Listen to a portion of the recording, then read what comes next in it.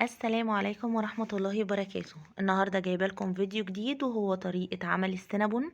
جربوه بالطريقة دي هيعجبكم جدا وهيبقى زي اللي بتشتروه من بره بالظبط، واحلى كمان بطريقة سهلة وبسيطة جدا. وكمان هعمل معاكم صوص السينابون الشهير اللي هو الصوص الابيض بطريقة برضو بسيطة جدا.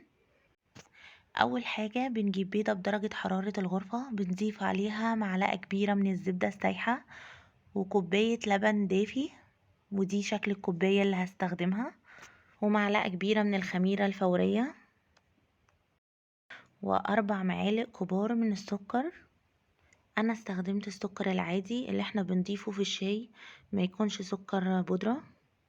وضفت عليهم رشة كمان من الملح، وهخلطهم كويس قوي مع بعض.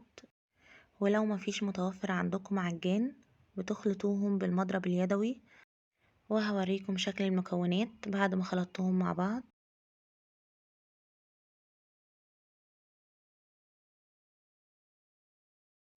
ده كده شكلها بعد ما خلطتهم كده. هضيف عليهم 3 كوبايات من الدقيق المنخول بنفس المج اللي انا استخدمته للمعيار بتاع اللبن.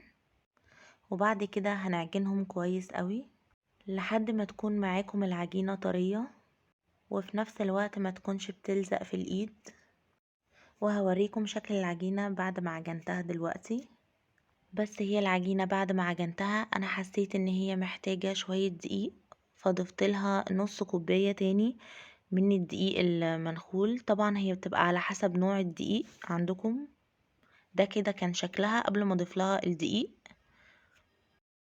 وهوريكم شكلها بعد ما ضفت لها الدقيق.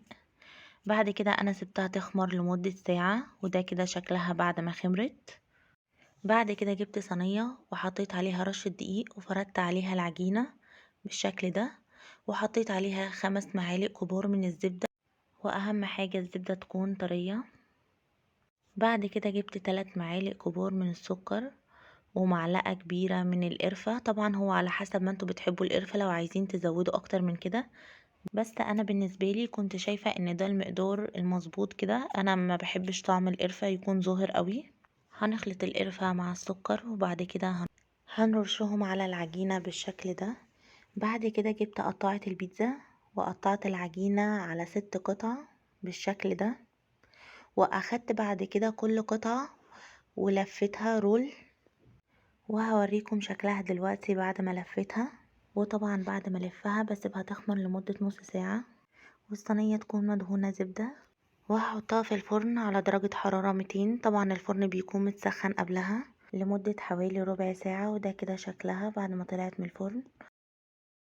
وهعمل معاكم دلوقتي الصوص الابيض. هنجيب كوباية الا ربع من السكر البودرة، وكوباية الا ربع من اللبن البودرة، و6 مكعبات من الجبنة النستون، ومعلقة صغيرة من الفانيليا السايلة، ومعلقة كبيرة من الزبدة، وربع كوباية مية، وهنخلطهم مع بعض. انا استخدمت الهاند بلندر وممكن تستخدموا الخلاط عادي جدا. وده كده بقى شكلها، وده كده شكل السينابون بعد ما ضفت له الصوص. طبعا احنا ما بنضيفلوش الصوص وهو سخن، بنسيبه يبقى دافي شوية.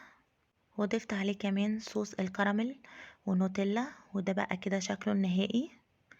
اتمنى طبعا لو عجبكم الفيديو ان انتوا تشتركوا في القناة وتفعلوا الجرس عشان يوصلكم كل جديد. مع السلامة.